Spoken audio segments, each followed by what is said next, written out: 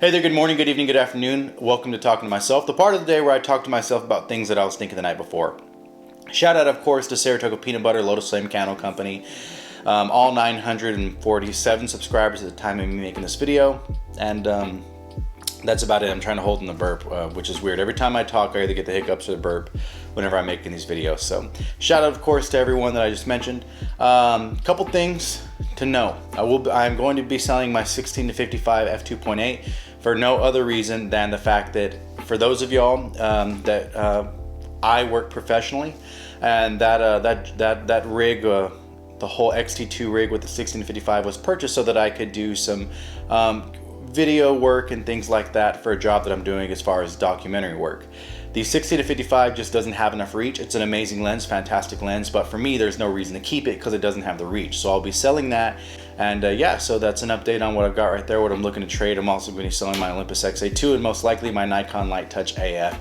And the reasons for that are plenty. Number one, I don't really like developing film. I remember now how annoying and cumbersome of a basically as my boy Lee DeLeon puts it, I'm just basically shooting digital because I'm having to scan these in, but with extra steps. So extra money, extra steps, whenever I could have shot everything that I shot on my film cameras on an X100T and gotten those instantaneously and been able to work with them.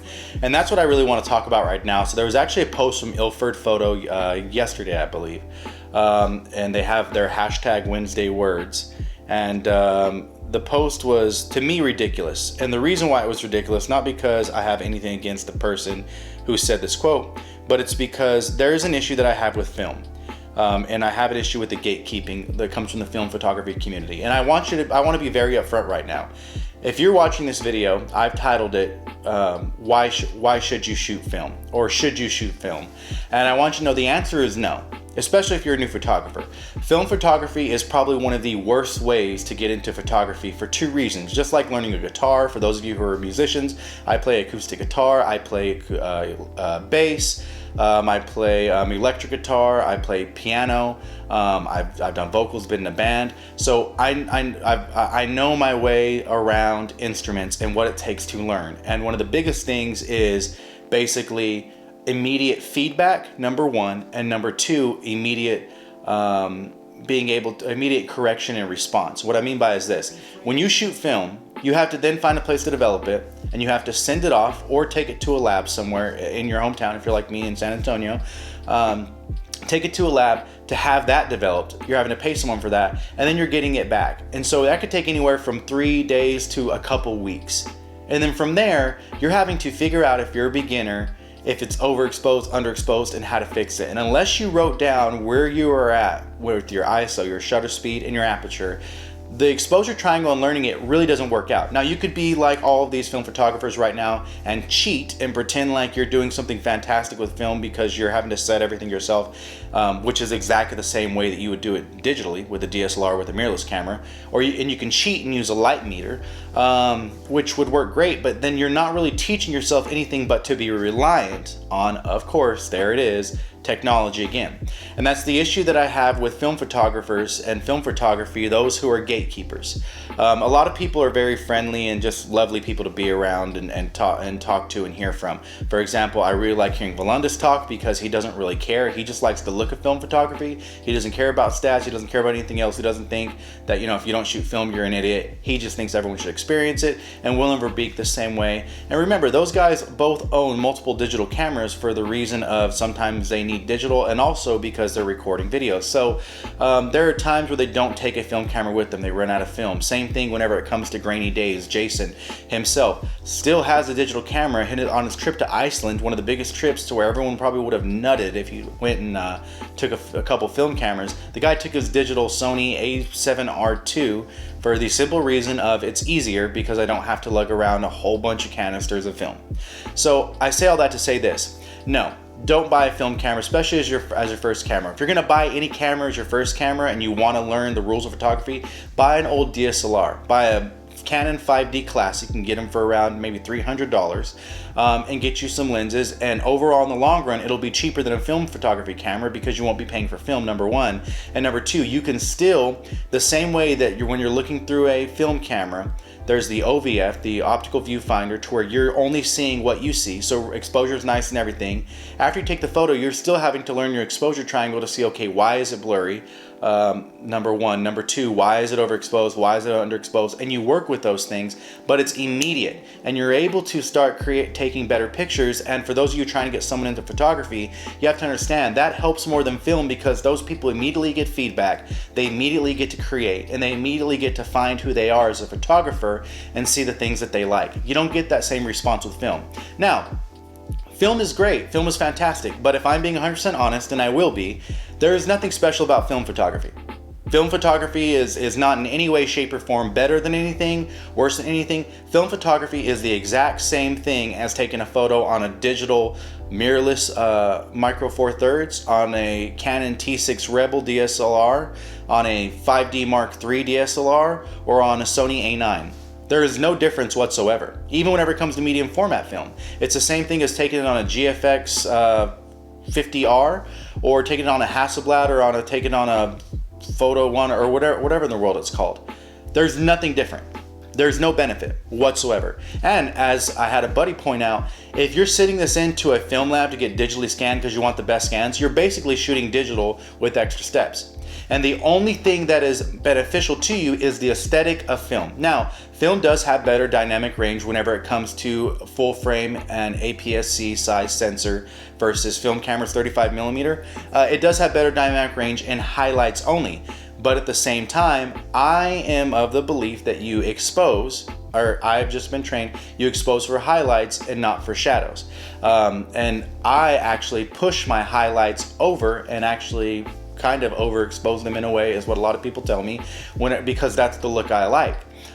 So there's not even a benefit for someone like me, because I need to pull all that information, because I like to kind of distort that information. And it goes different for each person. There is literally no benefit to shooting film. And you can talk to me about, oh, you're one with the film, you're having to process all these things. That's nothing but pretentiousness. What does processing film have to do with how great it is? It doesn't. There is nothing to the fact that, honestly, to me, it reminds me of this. Because you can take a beautiful image with any camera, with an iPhone, anything like that, and it's one of the things I want to get into here. So I'll read this first. This is from the Ilford Photo actual account, their verified account. For those of you who don't know, Ilford is a film stock company, and this is from Ann Geddes. She's apparently an award-winning photographer. I looked her up, and I'm just going to be honest, with the same way I'm honest about everything else and honest about myself. There is not one image that Ann Geddes has taken that cannot be replicated with a digital camera, with an entry-level digital camera at that, and even more, unless it's a historical photo. And what I mean by is, if you look up 2001, the photo, it was on Time magazine, of a man captured with a point-and-shoot Fujifilm camera, point-and-shoot Fujifilm film camera. He was able to capture an actual tower getting hit during 9/11. Unless it's a historical moment where, God forbid, something like that ever happens again, every image she's ever taken can be recreated. And I mean that respectfully, and I mean that humbly, because that's the same thing that can happen with me. But at the same time, let's stop pretending like film is a fancy thing. So what her quote was, and this is my issue because it was on Ilford's account. This can go for anyone. Maybe she shoots a lot of digital, but reading the comments are neat. I think that emotional content is an image's most important element, okay? Regardless of the photographic technique. Okay, I can understand that. Much of the work I see these days lacks the emotional impact to draw a reaction from viewers or remain in their hearts. Now, I'll tell you my issue with this. The bigger issue is Ilford Photos said, "It's so easy to take shots nowadays that I sometimes think we can lose the connection to our images. For me, film brings that connection back." What do you think? Well, what I think is this. Number one, to say that much of the work these days lacks the emotional impact to draw a reaction from viewers, I just want to say one thing. If you're an older photographer, stop saying that new photographers don't have any emotion. We are growing up in different generations. Our generation has been through multiple depressions. Not only that, we have to deal with our parents' higher divorce rate. It statistically went up with the generation ahead of us, it's a Gen X, I'm not even sure. Potentially Gen X and baby boomer, the divorce rate for that has gone up. Not only that, as poverty level has gone up for people that are millennials and Gen Z, in homes whenever they were children, as well as the median income for middle-class families did not increase, but cost of living increased. Couple that with racial tension that has happened again, which everyone swept under the rugs during the 2000s, and the fact that there's larger movements for other sex. Like, there's a lot of stuff going on here. We've been at war. There's a lot going on here. So the emotional impact that we have completely is different than what you are used to. And you have to get that through your head. Stop assuming that someone had the same life experience as you. Me as a Hispanic male who grew up in a impoverished situation from a split family in America does not have the same experience on the southern part of America, does not have the same experience as a white woman who grew up in Australia. Why do you expect that every image that everyone takes resonates with you? That is the most pretentious, pathetic thing that I've ever heard from a photographer. You are judging if someone took something with intent, and you can't tell. Now, listen, I am of the belief that I can't judge intent, but what I can judge is people saying stuff like this, and I can judge the fact that if you're hanging your hat that, oh, my image has all this emotion and intent, and that's what makes it great. No, it doesn't. Because 9 times out of 10, no one's looking to hear the story behind your photo, and everyone can recreate that photo. So I am of the belief that it's not so much the intent behind it, but it's the intent behind where you're placing your ego. When people take photos and they think they're taking it because, oh, this is going to be a great photo that's going to make me look good, that's a bullshit way to think about life. That's a bullshit way. And so when you're an award-winning professional photographer, there's no respect from me for comments like this, because all of your photos and all of your images not only can be recreated, but I'm telling you right now, they can be recreated by a kid in Houston with a Rebel T6. So you're not special. Much of the work I see these days lacks the emotional impact to draw a reaction from viewers or remain in hearts. Much of. So how much? And where do you get that from? Because it did not react to, it did not create an emotional impact in you. Listen, I'm just being honest. There's a huge difference in emotional impact for certain things. Some people, they see photos of a US military soldier and they feel nothing. And for some people, they feel a lot. Keep that in mind. Also, keep in mind that whenever there's the photos of the children that were in Damascus, whenever there was all the bombs dropped over it, and you have the kids covered in dust and blood, for a lot of people, that tore them apart. And for some people, it meant nothing. For some people, the images of George Floyd being murdered by Minnesota police, those images meant a lot. And for some of them, they defended the police and it meant nothing. That's a prime example of why this is such a bullshit statement from Ann Geddes. It is a bullshit statement because it doesn't draw an emotional impact. I would love to know what Ann's affiliations with and what she is against and hardly for. And I would love to show her images of one thing or another and see the emotional pull that she gets. Because some things may seem like, it's whatever to her. And some things may seem outrageous. It is all about who you are and your perspective. And listen, I'm here to say, not every image is for you as the viewer. Not every image is for you.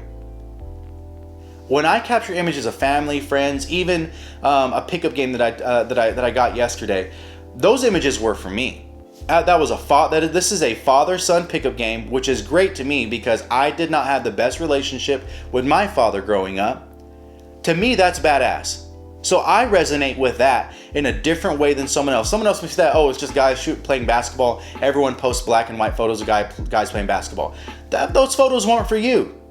And they don't have to be. But it doesn't mean that I didn't shoot those with intent and emotion. And that's the thing. Now, if I went and shot those with the simple fact of thinking, oh, guys playing basketball, these always get likes, you can rag on that. And that'll be obvious. But with everything else, listen, Ann, I'm just saying, and listen, Ilford Photo, for what you're saying, because this is the other part. It's so easy to take shots nowadays, or sometimes I think we can lose connection to our images. For me, film brings that connection back. How? How does it bring that connection back?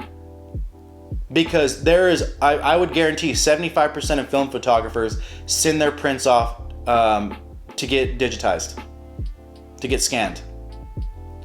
So they literally shot it basically in the same way you would digital, because on my digital cameras, I still have to account for ISO, I still have to account for shutter speed, and none of this is on auto. I still have to account for exposure compensation, I still have to account for my aperture. Those shots that I showed you, those are the 90 f2 at around at blue hour, shot at f4 with one light, because I want to at ISO 1000, and I had to work with the little light that I had. Okay, so like, it's this amazing thing that film, oh my gosh, film brings it back. Film doesn't do anything. Film is not special. And I want you to know, if you're a new photographer, hear me out. Do not buy film. Do not get into film, because two things are going to happen. Number one, you're either going to become a pretentious douchebag, or number two, you're going to spend a shit ton of money on film, $30 a month because you're blowing through rolls, or you're having to not shoot as much as you want because you don't want to blow through rolls. That is, why would you do that when you can basically, for a Canon AE1 with a nice lens and a cheap ass box of film, you can begin learning exposure and everything on like a Panasonic GX85 or on a Fujifilm XE1 with a manual lens that you can get for $20. A Yashica manual lens you can get for $75 on eBay. Why do people not think about this? There is nothing special or relevant or anything about film. Film is just another way to take photos. And another issue that I have is with film photographers. Here's the thing, because the comments are flooded with it. Everyone's saying, I shoot film. I shoot film. Well, I shoot film. I agree. I shoot film and I shoot film and I shoot. If you didn't tell people you shot film, I wouldn't be able to tell your photos were film. Film photographers, how people make that joke about, oh, you know, how do you know a vegan? Someone's a vegan? They'll tell you. How do you know someone's a film photographer? They'll tell you. They don't let their work speak for them. They have to tell you it's film. Why do I tell you it's film? It's because they only want to be recognized for shooting film. So guess what? I'm tired of seeing all the film photography photos on Instagram, on Flickr, on Reddit that are the same as digital photos, but people are liking them because they have grain and because they say shot on film. Your shutter speed is shit, number one, and it's blurry. Number two, it's out of focus. But because it has grain and scratches, it's aesthetic. Listen, there are 16-year-old girls on Instagram with Visco accounts, or yeah, Visco, whatever it is, that are making the exact same images as you. How does that feel? How does it feel to know that you are getting one-upped by 16-year-old girls with a Snapseed app and a Visco account? This is pathetic that you think that that is relevant and that is top-notch in any way. Now listen, some people shoot film and they create great things, and I'm fine with that. I'm not saying film as a whole. Valenda shoots amazing things in film, but it's because he's a good photographer. It has nothing to do with the fact that he shoots film. If Valenda shot with a medium format, or he shoots with an XE4, a Fujifilm XE4, just because he's shooting that and he likes the images coming out of that, does that mean those images are shit versus his film photos are fantastic? Sorry, Dorian, no. And that's the issue that I have, is film photographers want to prop them up, and film companies want to sell film, and so they say stupid shit like this. So it's film till the day I die, number one. And honestly, if you're a film photographer and you want to defend this, you want to have a conversation with me, just remember that I don't give a shit about anything you're saying. You're not going to sway me, and everything you're going to say in the bottom about, oh, film, you actually have to work with it and it's a process, that means nothing. That means nothing. It literally means nothing. It literally means nothing. I'm telling you right now, think of the most famous images, and I'll bring those up in another video. Think of the most famous images that were shot on film, whether it be Napalm Girl, which a lot of you know is shot on a Leica, but by the way, it's blurry because the shutter speed was off, and if that was shot on digital, everyone would freak out. And there's also a lie going around by a Leica guy who said that was one of the things that attributed to ending the war, and that's not true. That has never been historically backed up. That is literally something he made up on the spot, period, that was brought up by someone else who assumed that. So that's a lie, and he made that up. And you can at him, I forgot his name, it's something and something, like Theo and something, but the dude's a liar. Number two, or the second thing about that is the photos of, like I said, the little kids in Damascus, or the COVID-19 photos. Did those not have impact because they're shot on digital? But even more, that 2001 photo, the photo of the Afghan girl. Do you know what film camera that was shot on and who that was shot by? No? What about Tank Man? The man's holding grocery bags and there's 3 tanks in front of him trying to get into. Do you know who shot that and what it was shot on? No? What about Burning Monk? The photo of a monk in protest who poured gasoline on himself and burned himself. Do you know what camera that was shot on? Or the artist? No? That one was shot on a Petri. Did you know that? What about Immigrant Mother? Do you know who shot that or what it was shot on? What camera? No? Even more, do you know what film stocks they were shot on? No. Because none of that matters. Because the image resonates how it resonates. It does not, no one is thinking, oh my God, this was shot on film. Unless they're a pretentious douchebag. What they're thinking is, what a great image. And that's the way people see your images now, regardless if they're film or not.